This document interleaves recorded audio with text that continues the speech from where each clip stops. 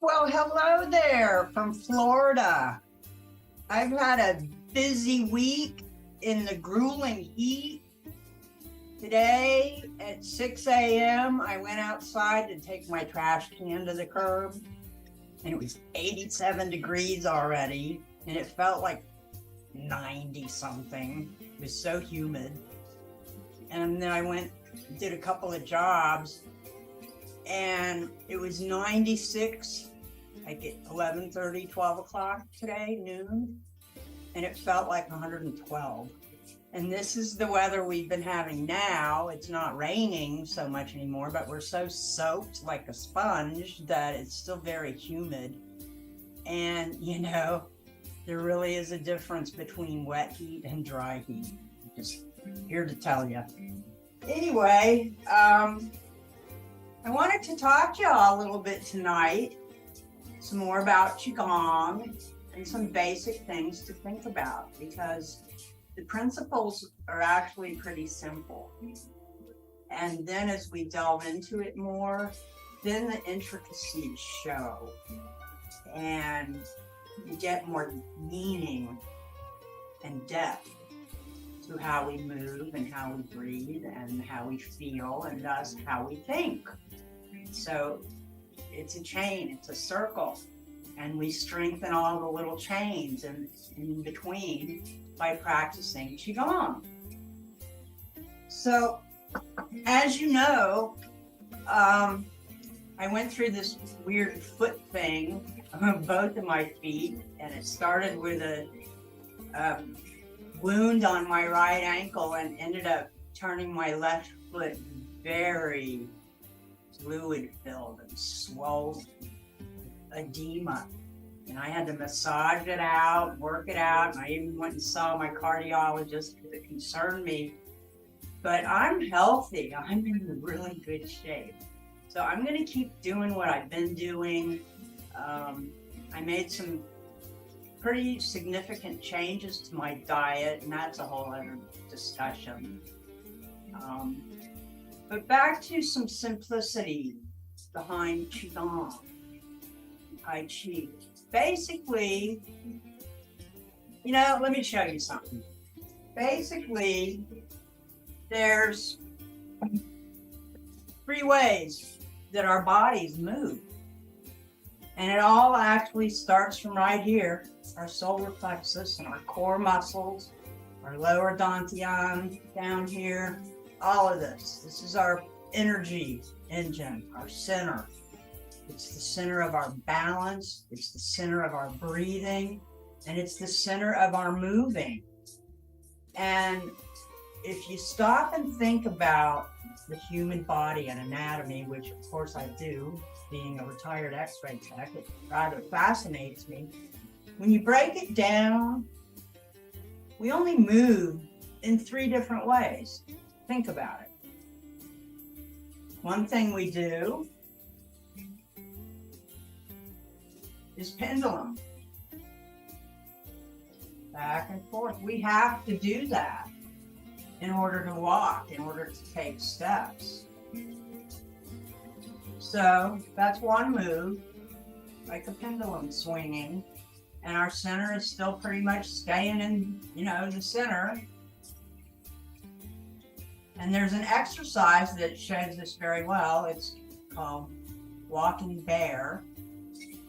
And again, it's suggested, and a rule of thumb can even be until you get used to how it feels for you and where your happy place is. The rule of thumb is basically like 1 foot apart is basically hip width. And I'm sure some grandmaster thousands and thousands of years ago figured that out and became a teaching. And there's still academies and dojos and places that teach that. But once you get used to how you feel, then you know it. It's intuitive, it's part of you. So to begin with, this walking bear is standing hip width, upright, shoulders relaxed, but back, and our weight, we let our pelvis kind of relax down into our hips and then down into to our feet, the soles of our feet, so we feel like we're really connected to earth. And you can feel that. You can relax into that instead of like locking your knees and being more sway back. Just relax your tailbone.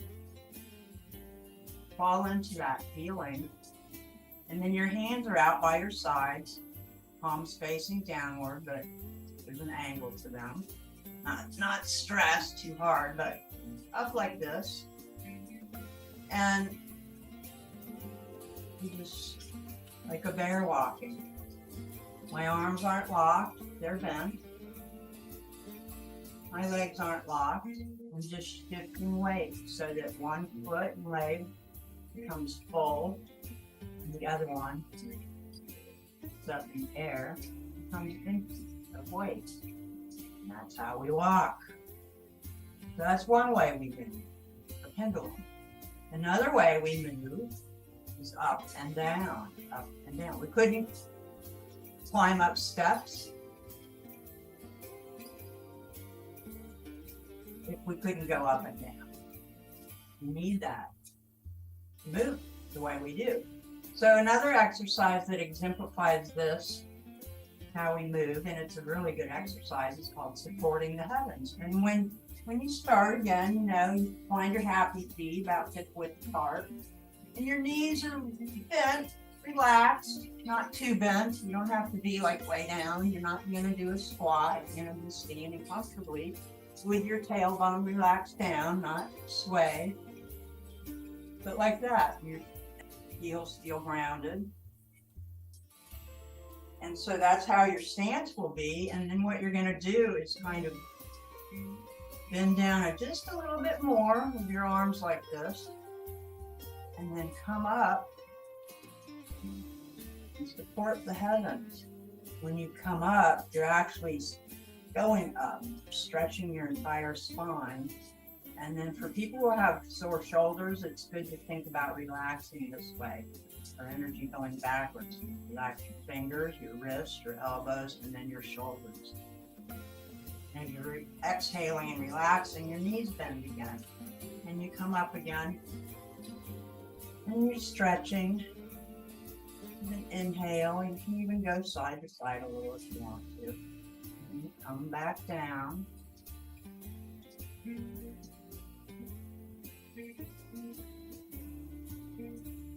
go up and down. It's another way. And then the third way, the only other way we move, is rotation.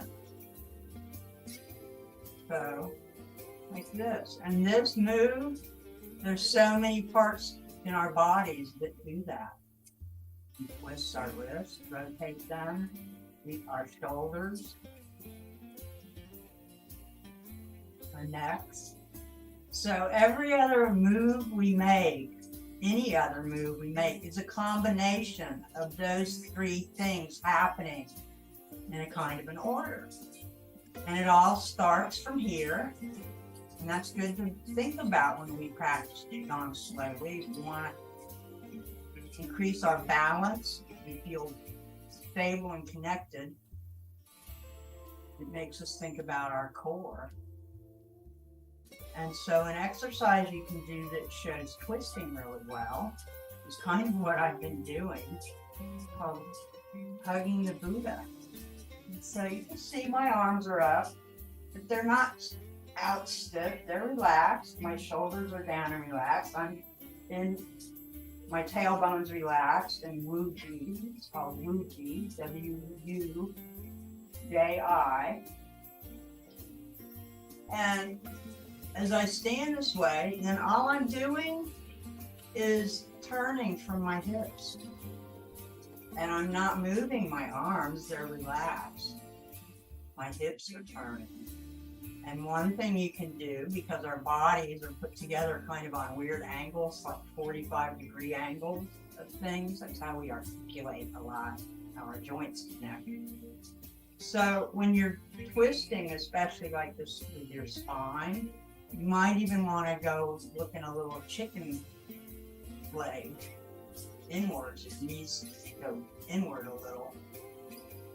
as you turn, because it takes a little bit of pressure off of your knees.